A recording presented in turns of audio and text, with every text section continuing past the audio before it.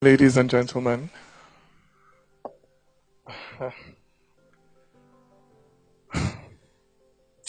with the exception of primary and postgraduate studies, I am a product of the Nigerian public school system.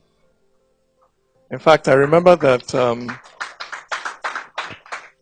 when I was writing my common entrance exams, it was my aspiration and the aspiration of my classmates and friends to gain admission into a federal government college. Imagine that our biggest dreams as children 30 years ago was to get into public school. Because to come home with an admission letter from, say, Ijaniki or King's College or FGC Azare or Bomosho or Kigwe was to join a very distinguished club that included our elder brothers and sisters, our bigger cousins, our aunties and uncles, our mothers and fathers, even our grandparents in some cases. And so it was with pride that you would go to the tailor to sew your boarding school clothes, and then to the market to buy the cutlass that you used to cut grass in school. It was with pride that you dragged your box full of your clothes and provisions through the school gates at resumption. With pride, you chose your bunk space in a dormitory and hooked up your mosquito nets. With pride, you followed your mates to the tap in the morning to fetch water to bath. With pride, you pinned your school badge to your shirts and sang the school anthem in the assembly hall. With pride, you identified yourself anywhere you went as a student of a federal government college. But where is that pride today?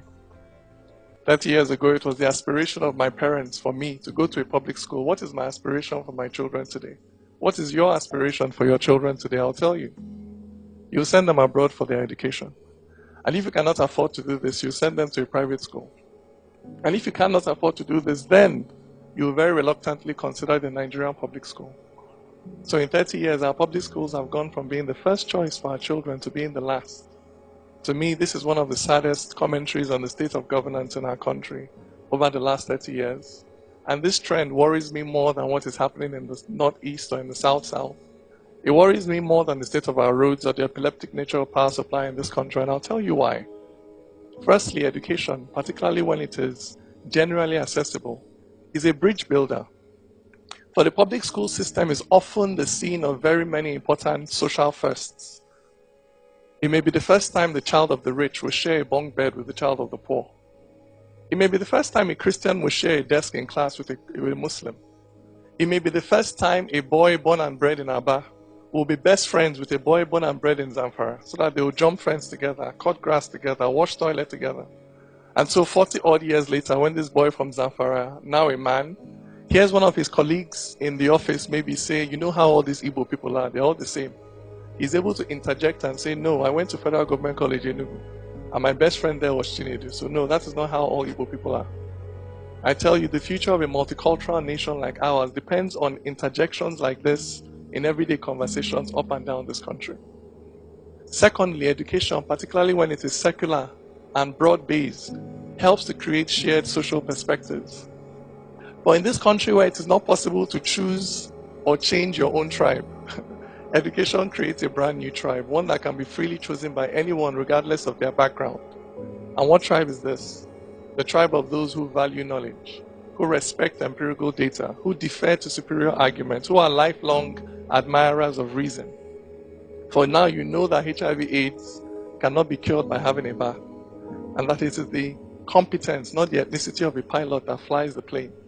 Now you know that meningitis is a disease of the body, not of the soul, but that the soul can be diseased with ailments like tribalism and bigotry.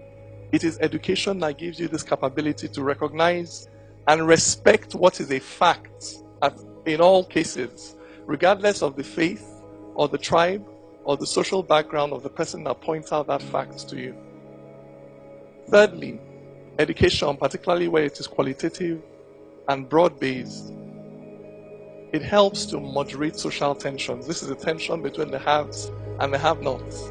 But by giving poor people access to the same quality of education as the rich, you not only give them the capacity to change their socioeconomic circumstance, you give them the capacity to moderate how they express grievance over that socioeconomic circumstance. So in a country that is already deeply divided over faith and tribe, to neglect the education of the generality of our people, in a country where peace depend on our ability to carry out very sensitive conversations over potentially explosive issues. To neglect the education of the generality of our people is not just to ask for trouble, it is to guarantee trouble. For in the end, a society cannot rise above the level of the mentality of its majority. So that to predict the future of a society, what you need to examine is not really the content of the speeches of its politicians. What you need to examine is the content of the curriculum for its students. And I say this because I am an idealist. No, this does not mean that I have my head in the clouds. What it means is that I believe firmly that ideas precede reality. So that before something can exist in the physical, material world, it must first exist as an idea in somebody's mind. So for instance, before there was electricity, there were people who thought about it, then dedicated their lives to going out to invent it, to chasing that dream and following those convictions, for it's clear thinking, not concrete, that holds up great nations. For the height of a tree is the depth of its roots. So a society cannot be much more than the sum of its thoughts. It's what you reason, that's what you conceive. And when life puts pressure, that's what you will give.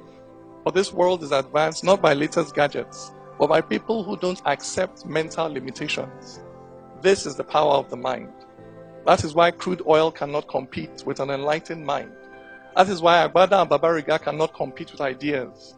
That is why Nigeria, with all her natural resources, cannot compete with a little nation with no natural resources worth mentioning called Singapore.